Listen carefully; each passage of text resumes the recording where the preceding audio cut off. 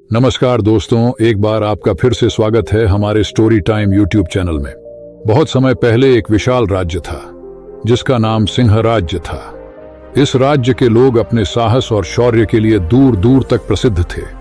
लेकिन कुछ वर्षों से इस राज्य पर लगातार संकट के बादल मंडरा रहे थे।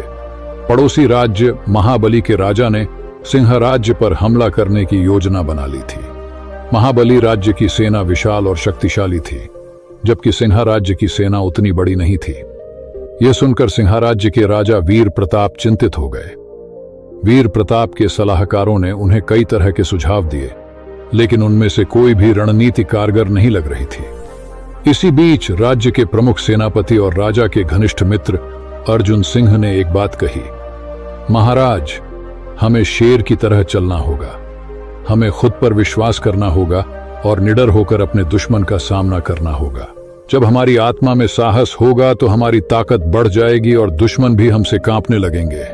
राजा को अर्जुन सिंह की बातों ने प्रेरित किया। उन्होंने तय किया कि चाहे दुश्मन की सेना कितनी ही बड़ी क्यों न हो, वे हिम्मत नहीं हारेंगे। राजा ने अपनी सेना को इकट्ठा किया और उन्हें साहस और आत्मविश्वास का पाठ पढ़ाया। उन्होंने कहा, युद्ध केवल संख्या का नहीं बल्कि साहस और विश्वास का खेल है। हम शेरों की तरह चलेंगे और हमारे दुश्मन हमसे भयभीत हो जाएंगे। युद्ध का दिन आ गया। महाबली राज्य की विशाल सेना सिंह राज्य की सीमाओं पर खड़ी थी।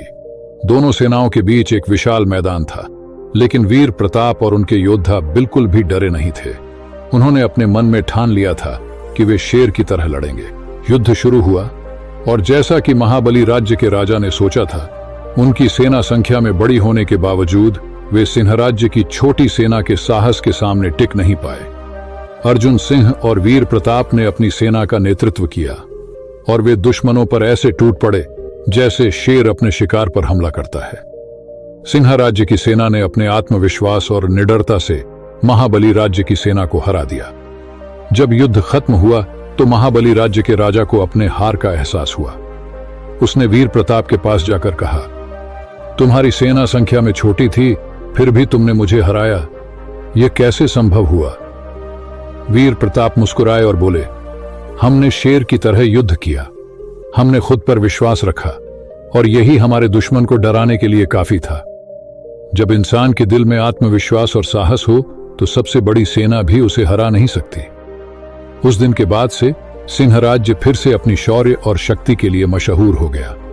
लोग कहने लगे, सिंह राज्य के लोग शेर की तरह चलते हैं और उनके दुश्मन उनसे कांपते हैं। ये कहानी हमें सिखाती है कि संख्या या ताकत के बजाय आत्मविश्वास और साहस ही सच्ची शक्ति होती है।